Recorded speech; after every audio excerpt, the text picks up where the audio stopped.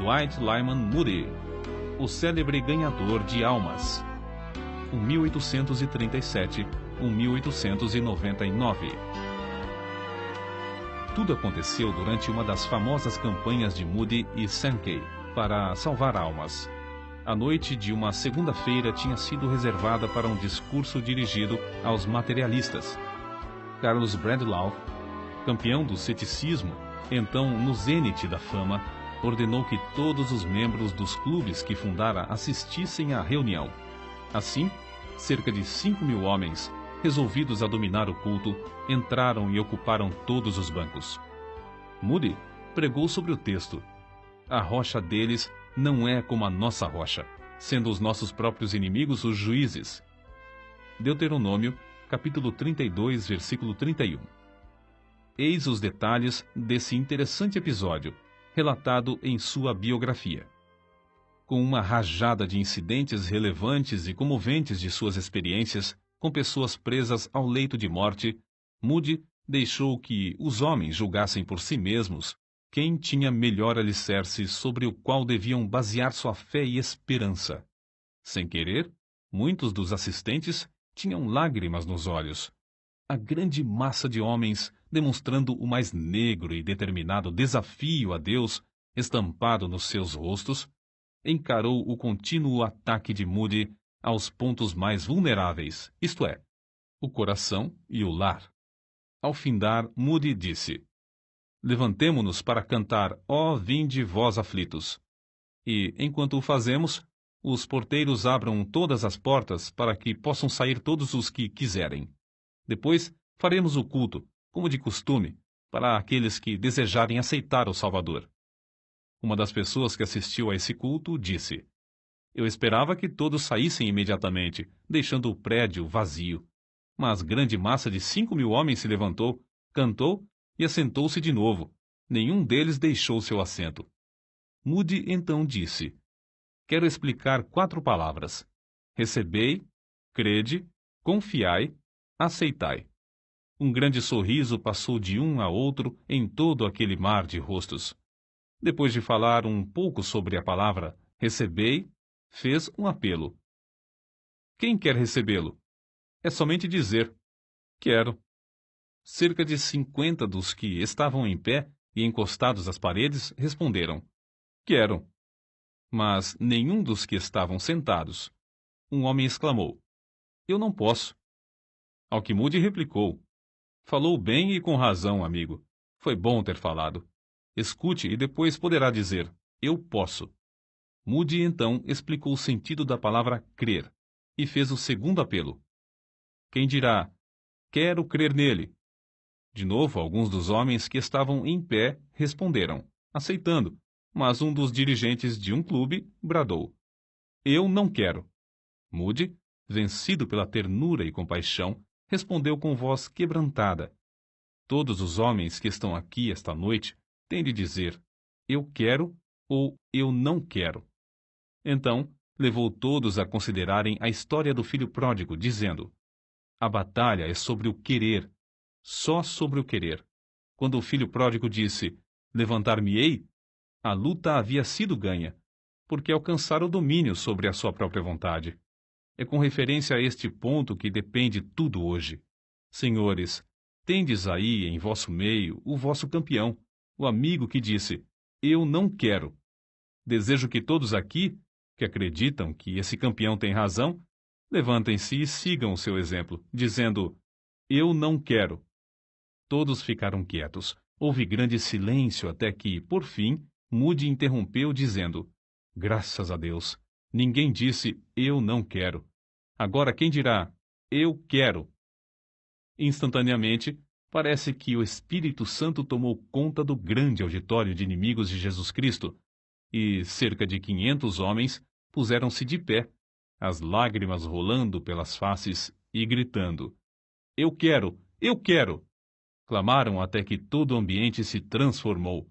A batalha foi ganha. O culto terminou sem demora, para que se começasse a obra entre aqueles que estavam desejosos de salvação. Em 8 dias, cerca de 2.000 foram transferidos das fileiras do inimigo para o exército do Senhor. pela rendição da vontade. Os anos que se seguiram provaram a firmeza da obra, pois os clubes nunca se ergueram. Deus, na sua misericórdia e poder, os aniquilou por seu evangelho. Um total de 500.000 preciosas almas ganhas para Cristo é o cálculo da colheita que Deus fez por intermédio de seu humilde servo, Dwight Lyman Moody. R.A. Torrey, que o conheceu intimamente, considerava-o com razão o maior homem do século XIX, isto é, o homem mais usado por Deus para ganhar almas. Não é exagero dizer que, hoje em dia, muitas décadas depois de sua morte, os crentes se referem ao seu nome mais do que a qualquer outro nome depois dos tempos dos apóstolos. Que ninguém julgue, contudo, que Dwight Lyman Moody era grande em si mesmo ou que tinha oportunidades que os demais não têm. Seus antepassados eram apenas lavradores que viveram por 7 gerações, ou 200 anos, no Vale do Connecticut, nos Estados Unidos. Dwight nasceu a 5 de fevereiro de 1837, de pais pobres, o sexto entre 9 filhos. Quando era ainda pequeno, seu pai faleceu, e os credores tomaram conta do que ficou, deixando a família destituída de tudo, até da lenha para aquecer a casa em tempo de intenso frio. Não há história que comova e inspire tanto quanto a daqueles anos de luta da viúva, mãe de Dwight. Poucos meses depois da morte de seu marido, nasceram-lhe gêmeos, e o filho mais velho tinha apenas 12 anos. O conselho de todos os parentes foi que ela entregasse a prole para outros criarem, mas com invencível coragem e santa dedicação a seus filhos, ela conseguiu criar todos os 9 no próprio lar. Guarda-se ainda, como tesouro precioso, sua Bíblia com as palavras de Jeremias capítulo 49, versículo 11, sublinhadas. Deixa os teus órfãos, eu os conservarei em vida, e confiem em mim, tuas viúvas. Pode-se esperar outra coisa a não ser que os filhos ficassem ligados à mãe e que crescessem para se tornarem homens e mulheres que conhecessem o mesmo Deus que ela conhecia? Assim se expressou Dwight, ao lado do ataúde de sua mãe, quando ela faleceu com a idade de 90 anos. Se posso conter-me, quero dizer algumas palavras. É grande honra ser filho de uma mãe como ela. Já viajei muito, mas nunca encontrei alguém como ela. Ligava a si seus filhos de tal maneira que representava um grande sacrifício para qualquer deles afastar-se do lar. Durante o primeiro ano, depois que meu pai faleceu, ela adormecia todas as noites chorando.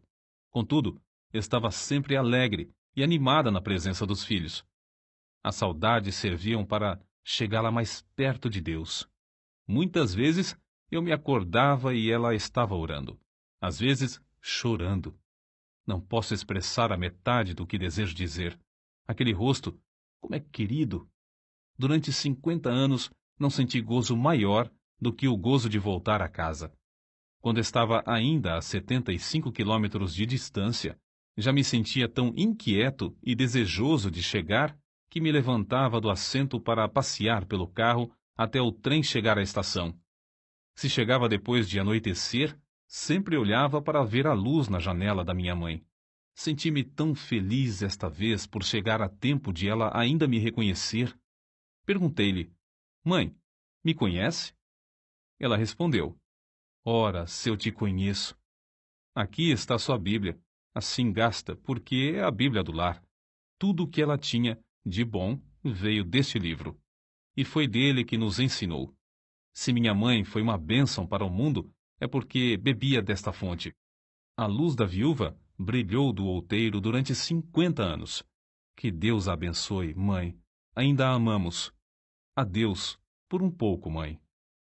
Ao contemplar o êxito de Dwight Lyman Moody, somos constrangidos a acrescentar. Quem pode calcular as possibilidades de um filho criado num lar onde os pais amam sinceramente ao Pai Celestial, a ponto de chamar diariamente todos os filhos para escutarem a sua voz na leitura da Bíblia e reverentemente clamarem a ele em oração? Todos os filhos da viúva Moody assistiam aos cultos nos domingos e levavam merenda para passar o dia inteiro na igreja. Tinham de ouvir 2 prolongados sermões, e, no intervalo, assistir à escola dominical. Dwight, depois de trabalhar a semana inteira, achava que sua mãe exigia demais, obrigando-o a assistir aos sermões, os quais não compreendia. Mas, por fim, chegou a ser agradecido a essa boa mãe pela dedicação nesse sentido. Com a idade de 17 anos, Moody saiu de casa para trabalhar na cidade de Boston, onde achou emprego na sapataria de um tio seu. Continuou a assistir aos cultos, mas ainda não era salvo. Notai bem os que vos dedicais à obra de ganhar almas. Não foi num culto que Dwight Moody foi levado ao Salvador. Seu professor de escola dominical, Eduardo Kimball, conta: resolvi falar-lhe acerca de Cristo e de sua alma. Vacilei um pouco em entrar na sapataria. Não queria embaraçar o moço durante as horas de serviço. Por fim, entrei, resolvido a falar sem mais demora. Achei Moody nos fundos da loja, embrulhando calçados.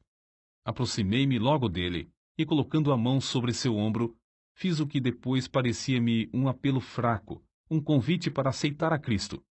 Não me lembro do que eu disse, nem mesmo Moody podia lembrar-se alguns anos depois. Simplesmente falei do amor de Cristo para com ele, e o amor que Cristo esperava dele de volta. Parecia-me que o moço estava pronto para receber a luz que o iluminou naquele momento, e lá nos fundos da sapataria entregou-se a Cristo. Na história dos crentes, através dos séculos, não há crente que fosse, no zelo, menos remisso, e no espírito, mais fervoroso em servir ao Senhor, desde a conversão até o dia da morte, do que Moody de Northfield. Quantas vezes depois o Sr. Kimball dava graças a Deus por não ter sido desobediente à visão celestial. Qual teria sido o resultado se não tivesse falado ao moço naquela manhã na sapataria? Era costume das igrejas daquela época alugarem os assentos. Moody, logo depois da sua conversão, transbordando de amor para com seu Salvador, pagou o aluguel de um banco, percorrendo as ruas, hotéis e casas de pensão à procura de homens e meninos que pudessem enchê-lo em todos os cultos. Depois alugou mais um, depois outro, até conseguir encher 4 bancos, todos os domingos. Mas isso não era suficiente para satisfazer o amor que sentia para com os perdidos. Certo domingo, visitou uma escola dominical em outra rua. Pediu permissão para ensinar também a uma classe. O dirigente respondeu: há 12 professores e 16 alunos, porém, o senhor pode ensinar todos os alunos que conseguir trazer à escola. Foi grande a surpresa de todos quando Moody, no domingo seguinte, entrou com 18 meninos da rua, sem chapéu, descalços e de roupa suja e esfarrapada, mas, como ele disse, todos com uma alma para ser salva. Continuou a levar cada vez mais alunos à escola até que, alguns domingos depois, no prédio não cabiam mais. Então, resolveu abrir outra escola em outra parte da cidade. Moody não ensinava, mas arranjava professores, providenciava o pagamento do aluguel e de outras despesas. Em poucos meses, essa escola veio a ser a maior da cidade de Chicago. Não julgando conveniente pagar outros para trabalhar no domingo, Moody, cedo pela manhã, tirava as pipas de cerveja, outros ocupavam o prédio durante a semana. Varria e preparava tudo para o funcionamento da escola. Depois, então, saía para convidar alunos. Às 14 horas, quando voltava de fazer os convites, achava o prédio repleto de alunos. Depois de findar as aulas na escola, ele visitava os ausentes e convidava cada aluno para ouvir a pregação à noite. No apelo, após o sermão, os interessados eram convidados a ficar para um culto especial, no qual tratavam individualmente com todos. Moody também participava dessa colheita de almas. Antes de findar o ano, 600 alunos, em média, assistiam à escola dominical, divididos em 80 classes. Em seguida, a assistência subiu a 1.000, e às vezes ia a 1.500. O êxito de Moody na escola dominical atraiu a atenção de outros que se interessavam pelo mesmo trabalho. De vez em quando, era convidado a participar das grandes convenções das escolas dominicais. Certa vez, depois de Moody haver falado numa convenção, Um orador censurou-o severamente por não saber dirigir-se a um auditório. Moody foi para a frente e, depois de explicar que reconhecia não ser instruído, agradeceu ao ministro por ter mostrado seus defeitos e pediu-lhe que orasse a Deus para que o ajudasse a fazer o melhor que pudesse. Ao mesmo tempo que Moody se aplicava à escola dominical com tais resultados, esforçava-se também no comércio, todos os dias. O grande alvo da sua vida era vir a ser um dos principais comerciantes do mundo, um multimilionário. Não tinha mais de 23 anos e já havia conseguido juntar $7.000. Mas seu Salvador tinha um plano ainda mais nobre para seu servo. Certo dia, um dos professores da escola dominical entrou na sapataria onde Moody negociava. Informou de que estava tuberculoso e que, desenganado pelo médico, resolvera voltar para Nova York e aguardar a morte. Confessou-se muito perturbado, não porque tinha de morrer, mas porque até então não conseguira levar ao Salvador nenhuma das moças da sua classe de escola dominical. Moody, profundamente comovido, sugeriu que visitassem juntos as moças em suas casas, uma por uma. Ao visitarem uma, o professor falou-lhe seriamente acerca da salvação da sua alma. A moça deixou seu espírito leviano e começou a chorar, entregando-se ao Salvador. Todas as outras moças que foram visitadas naquele dia fizeram o mesmo. Passados 10 dias, o professor foi novamente à sapataria. Com grande gozo informou a Moody que todas as moças se haviam entregado a Cristo. Resolveram então convidar todas para um culto de oração e despedida na véspera da partida do professor para Nova York.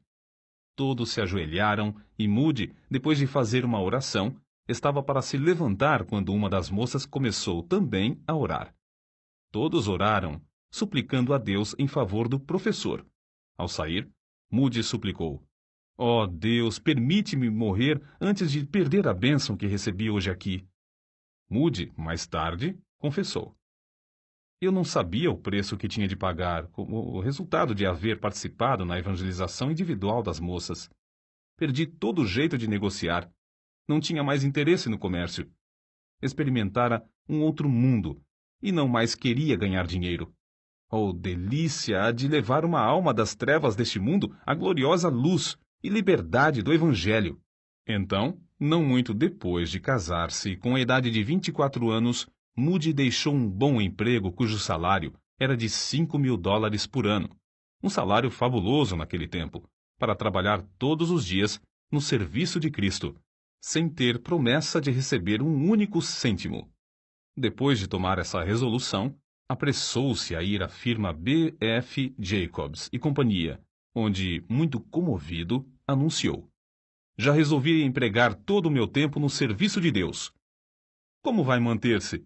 "Ora, Deus me suprirá de tudo, se Ele quiser que eu continue, e continuarei até ser obrigado a desistir." É muito interessante notar o que ele escreveu não muito depois, a seu irmão Samuel: "Caro irmão, as horas mais alegres que já experimentei na terra foram as que passei na obra da escola dominical. Samuel, arranja uma classe de moços perdidos, leva-os à escola dominical, pede a Deus sabedoria e instrui-os no caminho da vida eterna." Ao mesmo tempo em que Moody descrevia sua alegria, foi obrigado a deixar a pensão, a alimentar-se mais simplesmente e a dormir num dos bancos do salão. Acerca de seu desprendimento ao dinheiro, R.A. Torrey fez esta observação: "Ele, Moody, disse-me que, se tivesse aceitado lucros provenientes da venda dos inários por ele publicados, eles somariam $1 milhão. Porém, Moody recusou-se a tocar naquele dinheiro, embora por direito fosse seu. Numa certa cidade visitada por Moody nos últimos dias de sua vida, estando eu em sua companhia, foi publicamente anunciado que ele não aceitaria qualquer recompensa por seus serviços. O fato era que ele quase não tinha outros meios de sustento, senão aquilo que recebia nas suas conferências. Não desejava métodos sensacionais, mas usou os mesmos métodos humildes até o fim da vida. Sermão dirigido direto aos ouvintes, Aplicação prática da mensagem do Evangelho à necessidade individual. Solos cantados sob a unção do Espírito. Apelo para que o perdido se entregasse imediatamente. Uma sala ao lado para onde levava os que se achavam em dificuldades em aceitar a Cristo. Estímulo a que os salvos trabalhassem entre os interessados e recém-convertidos. 1 hora de oração ao meio-dia, diariamente, e cultos que duravam dias inteiros. O próprio Moody afirmou: se estamos cheios do Espírito e de poder, um dia de serviço com poder vale mais do que 1 ano de serviço sem esse poder. Se estamos cheios do Espírito, ungidos, nossas palavras alcançarão os corações do povo. Na Inglaterra, as cidades de York, Sunderland, Bishop, Auckland, Carlisle e Newcastle foram vivificadas como nos dias de Whitefield e Wesley. Na Escócia, em Edimburgo, os cultos se realizaram no maior edifício, e a cidade inteira ficou comovida. Em Glasgow, a obra começou com uma reunião de professores da escola dominical, a qual assistiram mais de 3.000 pessoas. O culto da noite foi anunciado para as 18h30, mas muito antes da hora marcada, o grande edifício ficou repleto, e a multidão que não pôde entrar foi levada para as 4 igrejas mais próximas. Essa série de cultos transformou radicalmente a vida diária do povo. Na última noite, Sankey cantou para 7.000 ouvintes que estavam dentro do edifício, e Moody, sem poder entrar no auditório, subiu numa carruagem e pregou para as 20.000 pessoas que se achavam congregadas do lado de fora. O coral cantou os hinos de cima de um galpão. Em um só culto, mais de 2.000 pessoas responderam ao apelo para se entregarem definitivamente a Cristo. Durante o verão, pregou em Aberdeen, Montrose, Brechin, Forfar, Huntly, Inverness, Arbroath, Farn, Nairn, Elgin, Ferris, Grantown, Keith, Rothesay e Campbellton. Muitos milhares assistiam a todos os cultos. Na Irlanda, Moody pregou nos maiores centros com os mesmos resultados, como na Inglaterra e Escócia. Os cultos em Belfast continuaram durante 40 dias. O último culto foi reservado para os recém-convertidos, que só podiam ter ingresso por meio de bilhetes, concedidos gratuitamente. A essa reunião estiveram presentes 2.300 pessoas. Belfast fora o centro de vários avivamentos, mas todos concordam em que nunca houvera um avivamento antes desse com resultados tão permanentes. Depois da campanha na Irlanda, Moody e Sankey voltaram à Inglaterra e dirigiram cultos inesquecíveis em Sheffield, Manchester, Birmingham e Liverpool. Durante muitos meses, os maiores edifícios dessas cidades ficaram superlotados de multidões desejosas de ouvir a apresentação clara e ousada do Evangelho, por um homem livre de todo interesse e ostentação. O poder do Espírito manifestou-se em todos os cultos, produzindo resultados que permanecem até hoje. O itinerário de Moody e Sankey na Europa findou-se após 4 meses de cultos em Londres. Moody pregava alternadamente em 5 centros, e cada um deles foram realizados 60 cultos, com exceção de Victoria Hall, 45 cultos. Os números da assistência nos servem para compreender algo da grandeza dessa obra durante esse período. Agricultural Hall, 720.000 pessoas, Balroad Hall, 600.000 presentes, Camberwell Hall, 480.000, Haymarket Opera House, 330.000 ouvintes, e Victoria Hall, 400.000. Vale acrescentar aqui o seguinte: as diferenças entre as denominações quase desapareceram. Pregadores de todas as igrejas cooperavam numa plataforma comum para a salvação dos perdidos. Abriram-se de novo as Bíblias e houve um grande interesse pelo estudo da Palavra de Deus.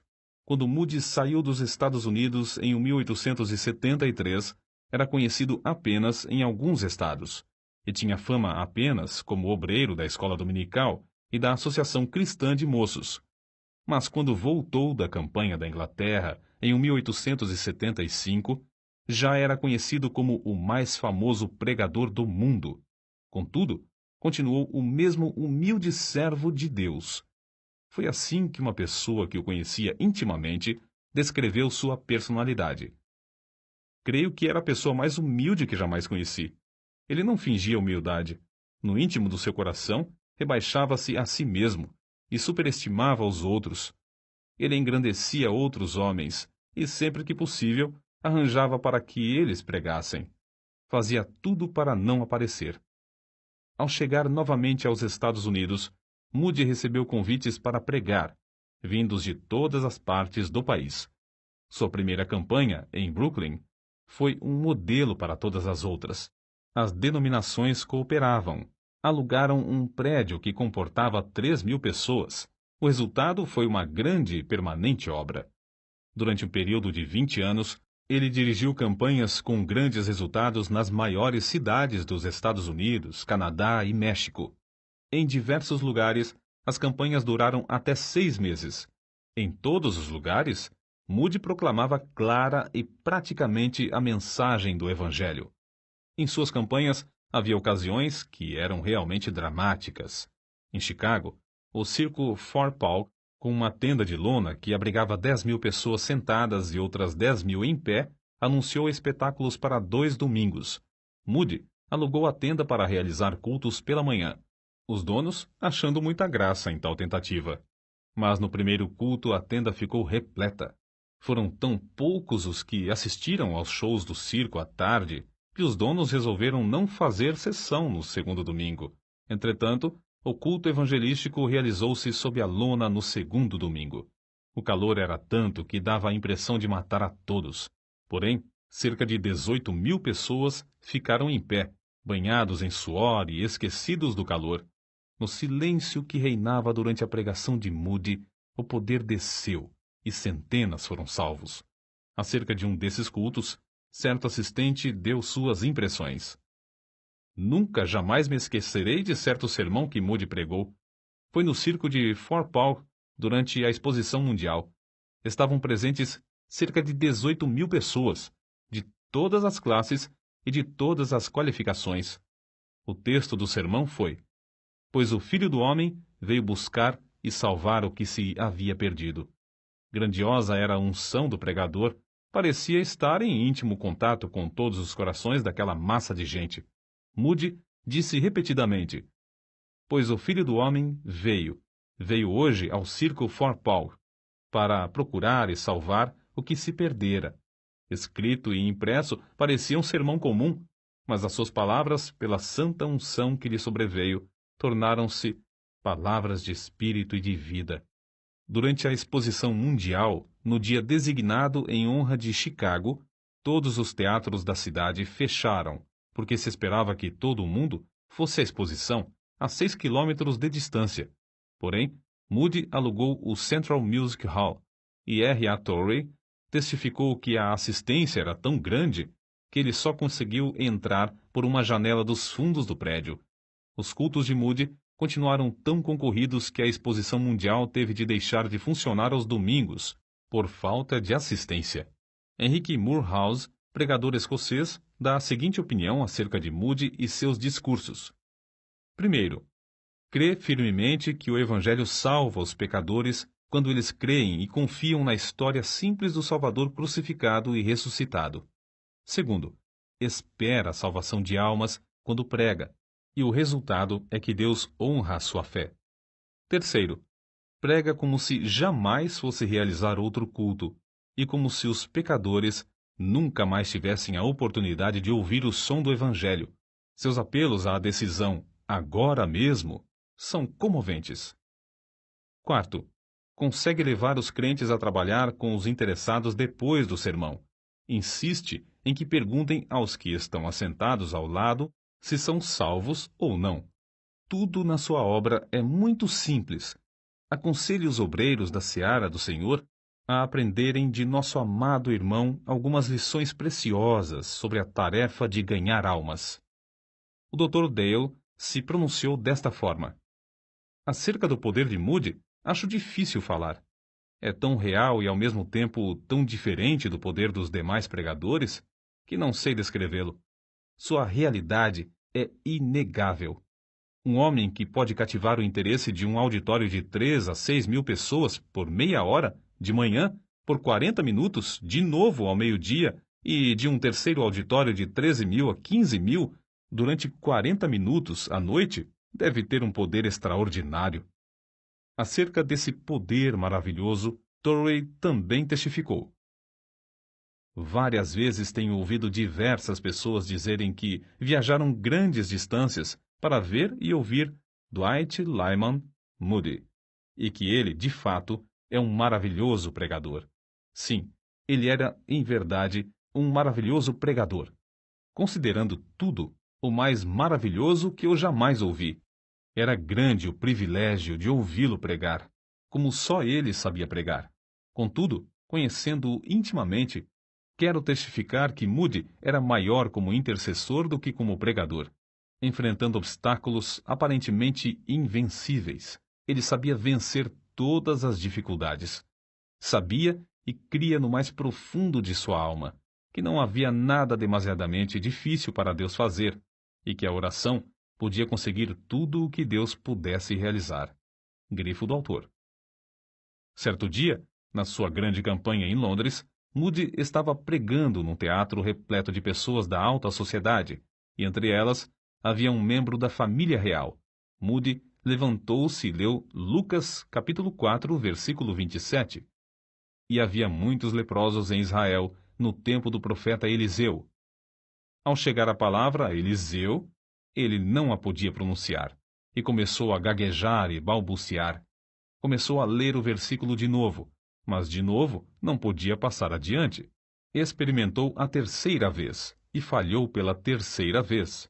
Então, fechou o livro e, muito comovido, olhou para cima, dizendo: "Ó Deus, use esta língua de gago para proclamar Cristo crucificado a este povo." Desceu sobre ele o poder de Deus, a ponto de derramar sua alma em tal torrente de palavras que o auditório inteiro ficou como que derretido pelo fogo divino. Foi durante essa segunda visita às Ilhas Britânicas que realizou a sua obra entre os homens das célebres universidades Oxford e Cambridge. É uma história muitas vezes repetida de como ele, sem instrução, mas com a graça de Deus e diplomacia, venceu a censura e fez entre os intelectuais o que alguns consideram a maior obra da sua vida. Apesar de Moody não ter instrução acadêmica, reconhecia o grande valor da educação e sempre aconselhava a mocidade a se preparar para manejar bem a palavra de Deus. Reconhecia a grande vantagem da instrução também para os que pregam no poder do Espírito Santo. Existem ainda hoje 3 grandes monumentos às suas convicções nesse ponto.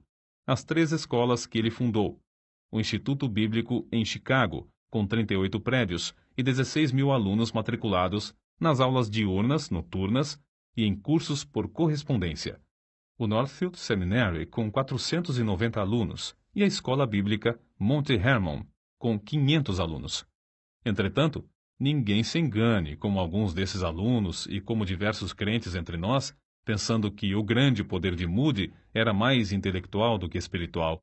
Sobre esse ponto, ele mesmo falava com ênfase. Para maior clareza, citamos o seguinte trecho de seus Short Talks. Não conheço coisa mais importante que a América precise do que de homens e mulheres inflamados com o fogo do céu. Nunca encontrei um homem ou uma mulher inflamados com o Espírito de Deus que fracassassem. Creio que isso seja mesmo impossível. Tais pessoas nunca se sentem desanimadas. Avançam mais e se animam mais e mais. Amados, se não tendes essa iluminação, resolvei adquiri-la e orai: ó Deus, ilumina-me com o teu Espírito Santo. Nos registros de R.A. Torrey, podemos ver nitidamente como era o espírito dessas escolas que fundou. Moody costumava escrever-me antes de iniciar uma nova campanha, dizendo: pretendo dar início ao trabalho no lugar tal e em tal dia. Peço-lhe que convoque os estudantes para um dia de jejum e oração. Eu lia essas cartas aos estudantes e lhes dizia: Moody deseja que tenhamos um dia de jejum e oração para pedir, primeiramente, as bênçãos divinas sobre nossas próprias almas e nosso trabalho. Muitas vezes, ficávamos ali, na sala de aula, até alta noite, ou mesmo até a madrugada, clamando a Deus, porque Moody nos exortava a esperar até que recebêssemos a bênção. Quantos homens e mulheres não tenho eu conhecido, cujas vidas e caráter foram transformados por aquelas noites de oração? E quantos têm conseguido grandes coisas em muitas terras como resultado daquelas horas gastas em súplicas a Deus? Até o dia da minha morte, não poderei esquecer-me de 8 de julho de 1894. Era o último dia da Assembleia dos Estudantes de Northfield. Às 15 horas, reunimos-nos em frente à casa da progenitora de Moody. Havia 456 pessoas em nossa companhia. Depois de andarmos alguns minutos, Moody achou que podíamos parar. Nós nos sentamos nos troncos de árvores caídas, em pedras ou no chão. Moody, então, franqueou a palavra, dando licença para qualquer estudante expressar-se. Uns 75 deles, um após outro, levantaram-se dizendo: Eu não pude esperar até às 15 horas, mas tenho estado sozinho com Deus desde o culto de manhã e creio que posso dizer que recebi o batismo com o Espírito Santo. Ouvindo o testemunho desses jovens, Moody sugeriu o seguinte: Moços, por que não podemos nos ajoelhar aqui, agora, e pedir que Deus manifeste em nós o poder do Espírito de um modo especial, como fez aos apóstolos no dia de Pentecostes? E ali, na montanha, oramos. Na subida, tínhamos notado como se iam acumulando nuvens pesadas. No momento em que começamos a orar, principiou a chuva a cair sobre os grandes pinheiros e sobre nós. Porém, houve uma outra qualidade de nuvem que havia 10 dias estava se acumulando sobre a cidade de Northfield. Uma nuvem cheia da misericórdia, da graça e do poder divino, de sorte que, naquela hora, parecia que nossas orações bombardeavam essas nuvens, fazendo descer sobre nós, em grande poder, a virtude do Espírito Santo. Homens e mulheres, eis o que todos nós carecemos, o batismo com o Espírito Santo. As anotações de R. A. Torrey também dão conta de como Moody era mesmo um estudante incansável. Todos os dias da sua vida, até o fim, segundo creio, ele se levantava muito cedo de manhã para meditar na palavra de Deus. Costumava deixar sua cama às 4 horas da madrugada, mais ou menos, para estudar a Bíblia. Um dia ele me disse: Para estudar, preciso me levantar antes que as outras pessoas acordem. Ele se fechava num quarto afastado do resto da família, sozinho com a sua Bíblia e com o seu Deus. Pode-se falar em poder, porém, ai do homem que negligenciar o único livro dado por Deus, que serve de instrumento por meio do qual ele dá e exerce seu poder. Um homem pode ler inúmeros livros e assistir a grandes convenções. Pode promover reuniões de oração que duram noites inteiras, suplicando o poder do Espírito Santo, mas se tal homem não permanecer em contato íntimo e constante com um único livro, a Bíblia, não lhe será concedido o poder. Se já tem alguma força, não conseguirá mantê-la, senão pelo estudo diário, sério e intenso desse livro. Tudo no mundo tem de findar. Chegou o tempo também para Dwight Lyman Moody findar o seu ministério aqui na Terra. Em 16 de novembro de 1899, no meio de sua campanha em Kansas City, com auditórios de 15.000 pessoas, pregou seu último sermão. É provável que soubesse que seria o último. Certo é que seu apelo era ungido com poder vindo do alto, e centenas de almas foram ganhas para Cristo. Para a nação, a sexta-feira, 22 de dezembro de 1899, foi o dia mais curto do ano, mas para Dwight Lyman Moody foi o dia que clareou, foi o começo do dia que nunca findará. Às 6 horas da manhã, dormiu um ligeiro sono. Então, os seus queridos ouviram-no dizer em voz clara: Se isto é a morte, não há nenhum vale. Isto é glorioso. Entrei pelas portas e vi as crianças, 2 de seus netos já falecidos. A terra recua, o céu se abre perante mim. Deus está me chamando. Então virou-se para sua esposa, a quem ele queria mais do que a todas as pessoas, depois de Cristo, e disse: Tu tens sido para mim uma boa esposa. No singelo culto fúnebre, Torrey, Scofield, Sankey e outros falaram à grande multidão comovida. Depois, o ataúde foi levado pelos alunos da escola bíblica Monte Hermon a um lugar alto que ficava próximo, chamado Round Top. 3 anos depois, a fiel serva de Deus, Emma Moody, sua esposa, também dormiu em Cristo e foi enterrada ao lado do marido no mesmo alto, onde permanecerão até o glorioso dia da ressurreição. Contemplemos de novo, por um momento, a vida extraordinária desse grande ganhador de almas. Quando o jovem Moody chorava sob o poder do alto na pregação do jovem Spurgeon, foi inspirado a exclamar: se Deus pode usar Spurgeon, ele me pode usar também. A biografia de Moody é a história de como ele vivia completamente submisso a Deus. Para esse fim, R. Torrey disse: o primeiro fator por cujo motivo Moody foi instrumento tão útil nas mãos de Deus é que ele era um homem inteiramente submisso à vontade divina. Cada grama daquele corpo de 127 quilos pertencia ao Senhor. Tudo o que ele era e tudo o que tinha pertencia inteiramente a Deus.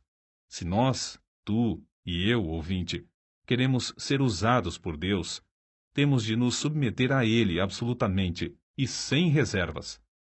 Ouvinte, resolve agora, com a mesma determinação e pelo auxílio divino. Se Deus podia usar Dwight Lyman Moody, Ele me pode usar também. Que assim seja. Amém.